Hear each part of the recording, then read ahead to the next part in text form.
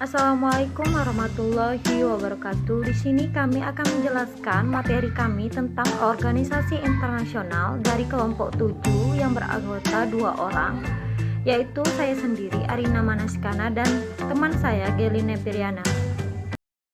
Baiklah, di sini saya akan menjelaskan pengertian organisasi internasional. Organisasi internasional dapat didefinisikan sesuai dengan Komisi Hukum Internasional sebagai organisasi yang didirikan oleh perjanjian atau instrumen lain yang diatur oleh hukum internasional dan memiliki kepribadian hukum internasionalnya sendiri. Organisasi internasional lahir dari kebutuhan akan kerja sama. Seiring dengan perkembangan sosial, ketergantungan dengan yang lain semakin meningkat. Hal ini berlaku dalam masyarakat domestik dan juga masyarakat internasional. Peran organisasi internasional itu ada 4. 1. Sebagai wadah untuk menghalang kerjasama dan mencegah intensitas konflik untuk sesama anggota.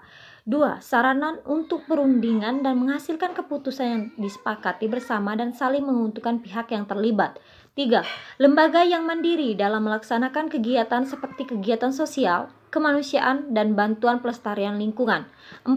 Juga berperan dalam masalah politik, ekonomi, dan sosial. Ada pula sejarah organisasi internasional. Awal proses dari pembentukan organisasi internasional berawal dari abad ke-19. Inovasi yang terkait dengan kebangkitan industrialisasi, komunikasi, dan metode transportasi mendorong pembentukan badan-badan persetujuan khusus yang dulunya disebut Serikat Internasional Publik.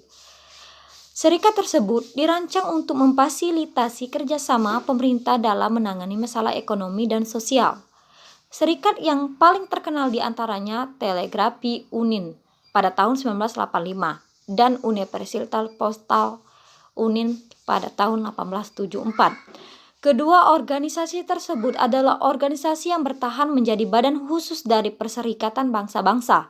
Oleh karena itu, istilah sistem perserikatan bangsa-bangsa dapat digunakan dengan tepat untuk merujuk pada perserikatan bangsa-bangsa dan badan-badan khusus. Ada 5 jenis-jenis organisasi internasional. 1. International Governmental Organization atau disebut IGOS. Organisasi antara pemerintah atau IGOS terbentuk karena banyak pemerintah yang membuat organisasi internasional. Ada lebih dari 300 organisasi antar pemerintah di seluruh dunia. 2. International Non-Governmental Organization itu atau disebut INGOS. Tidak seperti organisasi antar pemerintah, INGOS terdiri dari individu, bukan koperasi atau pemerintah. INGOS melayani berbagai fungsi dan mewakili berbagai kepentingan. 3. Korporasi multinasional. Beberapa grup internasional ada yang mencari keuntungan. Contohnya adalah perusahaan Toyota, pembuat mobil terbesar di dunia. Toyota sendiri adalah perusahaan multinasional. Toyota memiliki kantor pusat di Jepang dan telah memiliki pabrik di seluruh dunia, termasuk China, Amerika Serikat, dan Afrika Selatan. 4.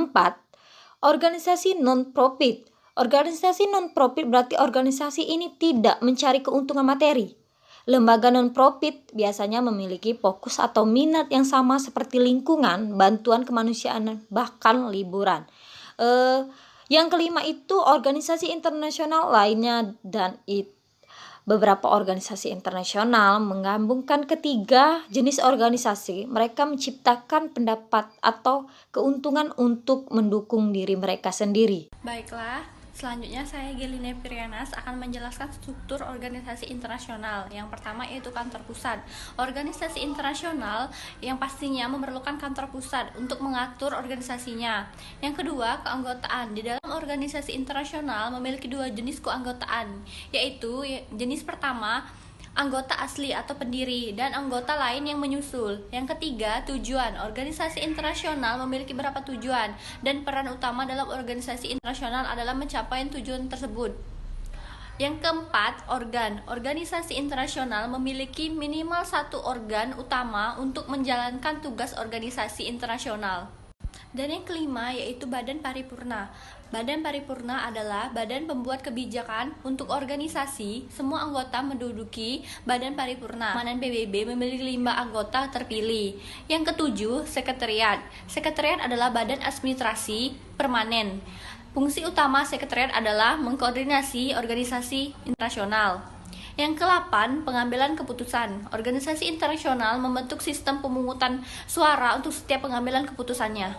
Dan yang ke-9, pengusiran dan pengawasan keanggotaan.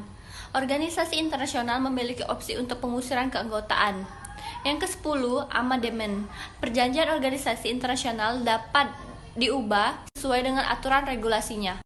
Baiklah, berikutnya contoh keanggotaan Indonesia pada organisasi internasional yang disingkat menjadi: yang pertama, IPU yang bergabung sejak 1974. Yang kedua, ASGP yang bergabung sejak tahun 1976.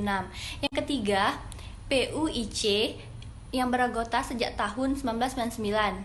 Yang keempat, AIPA yang bergabung sejak tahun 1977. Yang kelima, INTOSAI atau Intosai yang bergabung sejak tahun 1956.